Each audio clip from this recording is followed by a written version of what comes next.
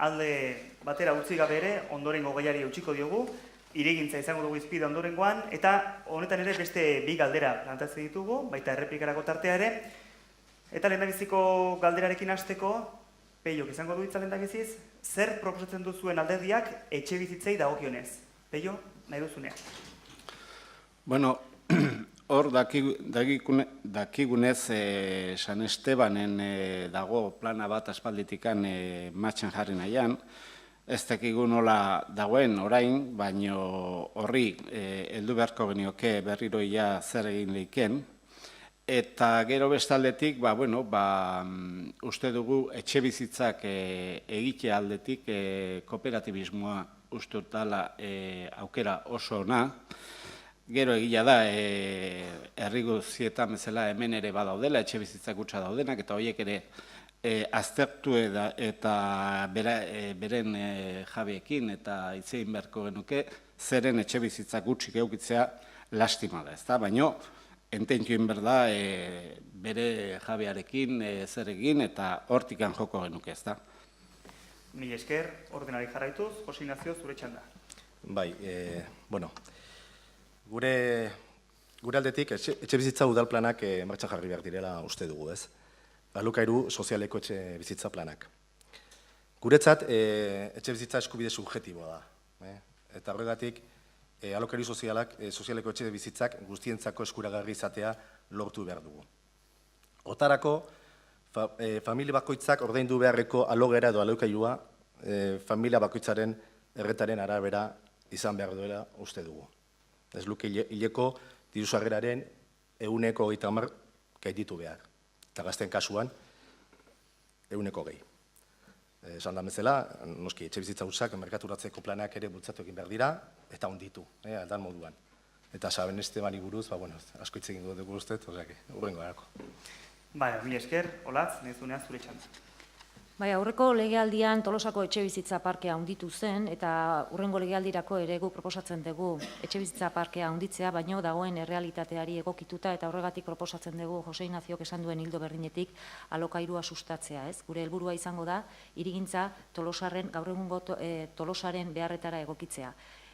Gazteek bereziki dituzten zailtasunak lehenengo etxe bizitzako sarbide horretarako horregatik, pentsatzen dugu, jabetzaren aurretik alokairua sustatu beharko litzakela. Horregatik, proposamen konkretuak batetik utxik dauden etxe bizitzak erabilgarri jartzea, eta horretarako diru laguntza politika sendoagoak behar dira, eta beste alde batetik, San Esteban, aipatu du Peiok, San Esteban auzoan proposatzen ditugu 240 etxe bizitza alokairu sozialean. Batetik, gazteentzat, ez bakarri gazteentzat, baina aipatu dut gaztean zailtasunak eta horretik remarkatzen dut berriz, eta mugikortasun arazoak dituztenentzat. Alde zaharrean ere irisgarritasun arazoak badaude oraindik, eta Gorriti plazan ere proposatzen ditugu etxe bizitzak eraikitzea. Mila esker, Olatz, eta bukatzeko galdera honekin, Ibai, nahi duzunean. Bai, mila esker. Jose Ignaziok bat egiten da, etxe bizitzak eskubide badala, eta eskubide subjetiboa da, eta etxe bizitza publikoa gintzat alokairuan izan behar duela sustapen guzti horrek. Eta pozten naiz, hurrengo legealdiari begira, tresna importante bat izango dugu, etxe bizitza legea, Eusko Jaurlaritzak berriki onartuko duena edo onartzear dagona PSE eta EH Bilduren bozkai esker, EAJ kriston kritikak sortu ditu, esan ez, badatozkigula munduko populazioa hona etorriko dela, etxe bizitza eskubidea bilakatzen dalako, gutzako eskubidea da. Etxe bizitza hutsak beste gai importante bat dira, eta egoera txarrean dauden etxe bizitza hutsak ere merkaturatzeko planak dauzkagu martxan eta indartu inbar ditugu, ilargi daukagu, auzuneak eraberritzen esfortzu berezi bat egin behar dugu, bai Bidebi eta bai San Esteban, eta baita alde zarra, kontuan hartu behar dugu ITEak, hau da, inspezio teknikoak urrengo urtetan 600 gora egin behar ditugula, eta hauek esan nahi dute obrak egin beharko direla bertan, eta kurba demografikoa. Urrengo 15 urtetan populazioaren zati handi bat, batez ere alde zarrean, desgaziz hilingo zaigu. Ondorioz, etxe bizitza asko hutsak gelituko dira. Honi eutxi behar digu gaurdanik, bihar berandugu izango dalako. Lista, bale. Mila esker. Etxe bizitzak alde batean utzita, oain azpiegiturak izango ditugu izpide, azpiegituen larrean zein inbertsio proposatzen dituzue. Horrengoetan berez ere, Peiok izango du hitza. Guk ja duela 4 urte bota gendun eskaera bat edo proposamen bat, oraindik hor dago, eta guk uste gu interesgarria dela. Eta da, Renfeko hortan egitea geltoki nodal esaten dugu, beraz, euskaraz ez dakit nola esaten da. Iruditzen zaigu oso interesgarria izango litzatekela han konzentratzea hori aprobetxatu leikelako aparkalekuk ere egiteko gure ustez. Orduan, konzentratuko genuke hor gure indarrak edo desente behintzat. Gero beste aldetikan, hor Tolosako sarreran, Arremeleko hortan, Zubilo hortan, behar bada zerbait egin genezake erresteko sarrera eta irtera, ez? Hortikan joko genituzke. Eta gainontzeko...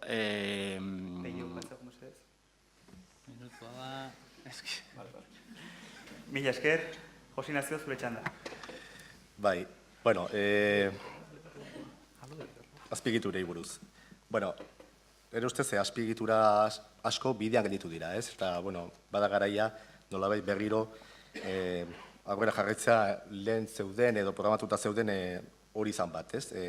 Gure programa jarrita gendukan, autobus geltoki intermodalaren proiektu berreskuratu eta nolabait bultzatu, ez? Hor dago San Estebaneko berrantolaketa, denok dakizuen bezala, udal plangintza aldaketa partziala egiten ari gara, eta hortan ere landu beharko gauza bada. Botiba frontoiaren berrikuntza, zezen plaza hor daukagu nolabait legeak ez du betetzen nolabait erabat erabiltzeko, eta horri ere aurrera egin beharriko gauza bat, Usabal, Berazubiko Irurra Fesak, uste lan pila daukagula gai honekin, ez? Mila esker, Josi Nazio, Olatz, zure txanda. Bai, azpiegitura alorrean oraindikan gauza asko dago egiteko, lehen aipatu ditugun jarduera ekonomiko horri laguntzeko adibidez, Nafarroa etorbidea berurbanizatu beharko litzateke. Bestalde, proposatzen dugu baita ere lokalak herriko ekintzailei eskaintzea, hori da beste neurrietako bat. Zenbait auzoetan eta ere azpiegiturak hobetu beharko dira, beti ere bertako auzotarrekin adostasunean, hor dauzkagu Bidebieta, daukagu baita ere Idazkin auzoa, dauzkagu Amarotz, daukagu Berazubi baita ere. Proposatzen ditugu gainea aisialdirako zenbait gune garatzea, eta hor aipatu behar ditut Parke Elosegi eta Iurramendi parkea erabilgarri jartzea. Noski, Berazubi estadioaren berrikuntzarekin jarraitu behar da. Proposatzen dugu baita ere Oria ibaiaren erabilera indartzea. Zezen plazaren erabilera sustatzea proposatzen dugu baita ere, horrek berritze bat dakarki berarekin, eta berritze hori zentzuduna izateko proiektu txukun bat eduki behar du berarekin, eta baita ere alde zaharreko patioak txukundu eta erabilgarri jartzea. Oso ondo, mila esker, eta bukatzeko, Ibai, zure txanda. Eraberritze integralekin jarraitzen iruditzen zaigu alde batetikan San Estebanek ezin duela etxoin, etorkizunean egingo dian X etxe bizitzak bere berritzerako, eta zentzu hortan urtean hitzeko eta urtero diruen berritzen jarraitu beharra iruditzen zaigu azkeneko bi urtean bezala importantea, ezinbesteko. Alde zarrean eta RC2, hau da, intxaurra itxineko genuke labor dela baien zenari irten bide bat ematen, behingoz, Solanatzeko patioa iriki nahi dugu, urrengo legealdian, eta Txokolate museoari irten bide bat ematen.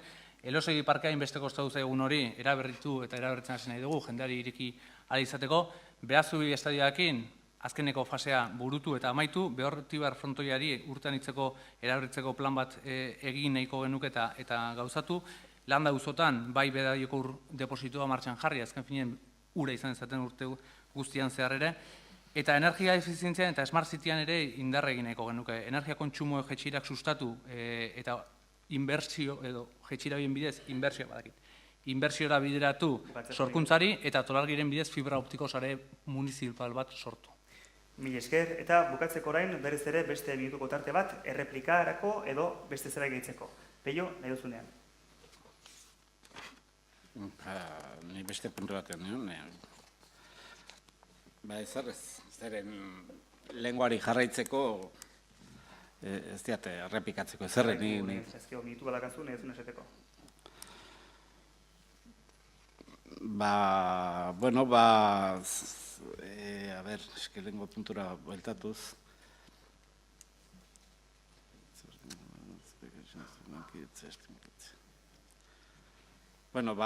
Hoi da, etxe bizitza kontuan guria da hori. Bizilagunak elkartzea eta sistema horrekin kooperatiba esaten dena, ez da? iruditzen zaigu oidala esplotatu beharko genuken edo saiatu beharko genuken sistema bat.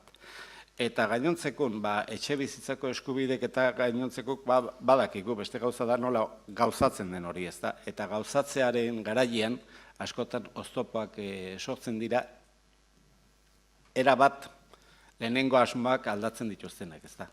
Orduan, ni hemen esaten denakin teoriz, erabat ados, beste gauza da, praktikan jarri nahi ditugunean gauzak, hor sortzen diren oztopoak, hor agertzen dira bakoitzaren zeak, ezta?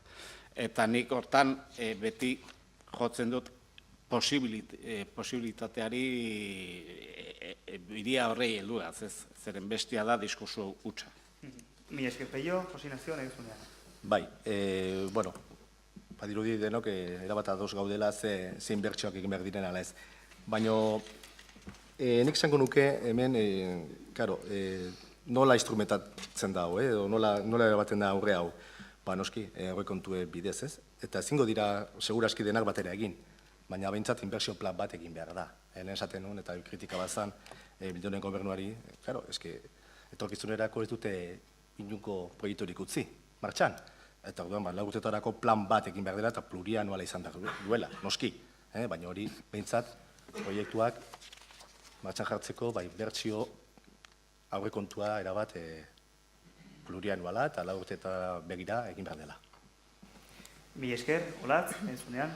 Bai, etxe bizitza legea aipatu ez zutenez bakarrik komentatu hauteskunde bezperatan horrelako proposamen bat egitea gutxieneko azterketa ekonomikorik gabe demagogiari bidea ematea besterik ez dela. Bai, aipatu nahi dut, errepikatu nahi dut gure alokairurako apostua, legealdi honetan ere gure alderdiak hainbat proposamen egin ditu abian jarri direnak, adibidez, etxe bizitza hutsetatik kontribuzioan ateratzen den diru gehigarri hori alogerara bideratzea, hori gure proposamena izan da, eta baita ere, kondeaineko aldapan eraiki eta alogeran jarriko diren etxe bizitzen proposamena EAJak egina dela. Ekipamenduen alorrean, proiektatzerakoan derrigorrez nun proiektatzen diren eta bertako auzotarrekin adostu berdiren kontua izan behar dela aipatu beharko nuke, eta baita ere San Estebaneko plangintzari begira gure proposamena izango da bonberoenea mantentzea, ferialekoa berritu eta beste erabilerak sustatu eta baita ere diru baliabideak aurrikustea beste zenbait kultura azpiegiturak han bertan garatzeko. Horretarako 3 milioiko inbertsioa aurrikusten dugu. Mila esker eta bukatzeko, Ibai, zure txanda. Bueno, demagogia esaten dugu. Nik uste hemen alokairuaren inguruko politika, etxebizitza politika aspalditikan esan dagoela, diruaren inguruko hausnarketa hoi bai zei demagogikoa, beste azpiegitura erraldi batzuntzako izugarrezko diru ekarpenak egiten ari zaretelako. Etxebizitza politika Eusko Jaurlaritzak sustatu beharrekoa da, eta hau eskubide izatea nire utzait lege proposamena ekainean hartuko dana, bere biziko garrantzia daukala. Eta hemen sakoneko hausnarketa egin behar duna da, ze irigintza antolaketa eta politika eman dana arte. Irigintza, oain arte garatu dana, etxe bizitza berria egin, horrek plusbalia sortzen zizkiolako udalai, 1,5-koak. Garai horiek amaitu dira zergatikan, ez ziolako beharrei erantzuten, baizik eta erantzuten zion inbertsioak eta horren bidez bestelako inbertsio batzuk edo diru sarrera bat izatea udalarentzako. Duguna zaindu behar dugu, duguna eraberritu behar dugu, auzune zaharkitua ditugu, San Esteban bezala Berazubik 50 urte duzka, Amarotzek 50 urte duzka, Aldezarra historikoa daukagu, zaharberritzeak izugarrizko diru ekarpenak eskatzen ditu, eta guk irutzegu zaharberritze ditan plan integralak egin behar ditugula.